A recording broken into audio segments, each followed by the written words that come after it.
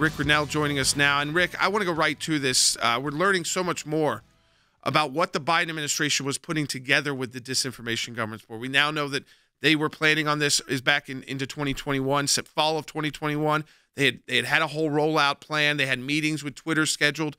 But also, I want to stick on this point because they were actually going to put this public. So this is not like something with the whistleblower that they were like going to hide in the background. This was something they thought the public would respond positive to, which goes to that bigger question of just how inept this administration is. Because the DHS officials were preparing legislation to codify a, quote, now this is interesting too, because if you're codifying it, it means it exists. Right. Inside DHS. It exists as a regulation inside DHS. Yeah, because they can create it, but they want it to be forever existing. And it's called, Rick, a, quote, rumor, I'm using their language, quote, rumor control program of DHS to counter the mis, dis, and malinformation. And they were going to put forward, Rick, a public-facing website, to report on people, I guess, called the Rumor Control website. This is in the United States of America, Rick. Remember that disinformation is dissenting information. That's what they're trying to go after. Anybody who dissents away from what they think is the line. They tried to codify permanently a way to get big tech to do the Democrats' work in getting rid of dissenting information. This is just the facts. We are in a very dangerous situation. Good thing they got caught. Good thing that they're peddling it back. And thanks to ACLJ and others, we're going to stay on this and get to the bottom of it and really bring forward the truth of what their plans were to codify into law big tech going after conservatives and crushing dissenting information. This is what the ruling party does in third world countries. But, Rick, you were the acting director of national intelligence, okay? The fact that Mayorkas would go to the Congress and deny that this had anything to do with domestic surveillance reminds me of the FISA warrant that was manipulated by the FBI and the Department of Justice against Carter Page, where they actually changed what the email said. So Mayorkas, he knows this is going to come out. So why in the world would they do it? Because they get away with it in Washington. They get to do anything they want. The entire media sect is literally working for the ruling party. So they get away with it is the answer, Jay. It's outrageous. But, you know, look, Mayorkas, he's the one who's telling us that the border is closed. He's living like Baghdad Bob. He literally is saying one thing and reality is showing another. I'm going to take a call because I think it ties into all this, what we've been talking about this week, this war on conservatives, which we're going to see, you know, even in tonight. Warren in Idaho, though, on line 4. Great question coming up. Warren, welcome to Secular. You're on the air. Hey, thanks for taking my call, guys, and I appreciate what you're doing. And I suggest everybody donate when they can. I do when I do, but good question that I had, and Rick could answer it.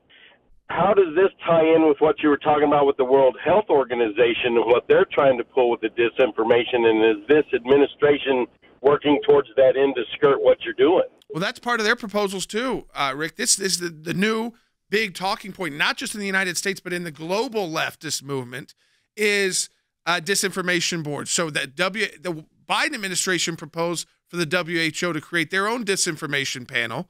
And we know from the documents now released, some of the disinformation, it wasn't even about, so it was all, one was about the origins of COVID and how that went back and forth. So they wanted to shut you up if you weren't walking the party line that day, which of course changed. I think we dropped Rick for a second, but it's feed. But so they would shut you up, you know, if you said it was from the lab. Now it's okay to say it's from the lab, Rick, but they were even going to say mask, efficacy of masks. So I do think it's all related to the WHO, China, this whole disinformation.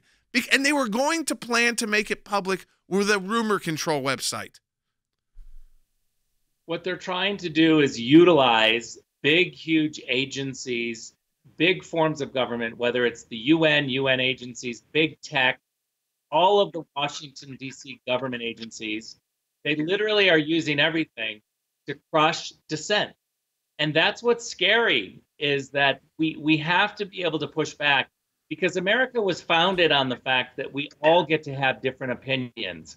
You know, I remember the arguments 20 years ago of diversity and tolerance, and inherent in that idea was that we had differing views, but we could sit and listen. I remember my father telling me, sit and listen, you might learn from somebody. But now what we have is an entire party going after, utilizing every single tool they can to crush dissent. You must give the Democrat line. You must agree with the ruling party. This is what happens in third world countries. Because that's what I was going to say, Rick. We have, and you ran them and oversaw them at all the intelligence agencies. If people have information of real security, that they need to share, feel like they need to share with law enforcement, or it's intelligence. There's so many places to do that in the United States. We have those agencies set up. This is the idea, I think, behind this. The ultimate goal was, one, they were going to pressure the social media, the content platforms, because they've got that Section 230 to hang over them. But two was they wanted Americans to start spying on Americans, not for actual security issues, not like see something, say something, but oh, you don't like their opinion, so report it to DHS. Look, if I can make a big jump here, this is one of the reasons why I'm very nervous about red flag laws. I had a Democrat activist on Twitter the last 2 days literally start saying to me, where were you on January 6th? Are you a part of this? Were you inciting violence? And the reality is I didn't even want to answer him. I was in California. This whole line of questioning is ridiculous. But I can see how they will immediately take a little piece of anything you said or did, or where were you on January 6th, and somehow you get reported to big tech or the government, and what happens next? Suddenly you're on a list to not be able to get a gun because you're mentally unstable. Suddenly your credit card is going to be declined because your bank says that you're somehow fomenting something against the government. This is a real problem. And where is the ACLU? Where are the people that defend the First Amendment? This is so ridiculous. It's scary. And I'll finish with this.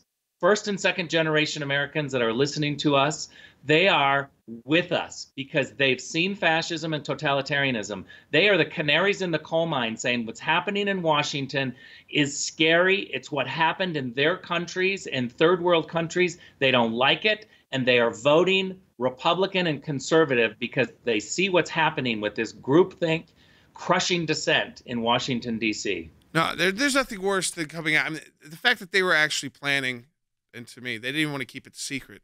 I'm glad we know about it, but the fact that they thought that a rumor control board, but it's up to us. The ACLU is not going to do it anymore. They become totally political. They choose the speech they do and don't like. I always say when we win cases in court, we might be representing someone conservative, but that's not how the court issues the ruling when it's a speech case. It's for everybody.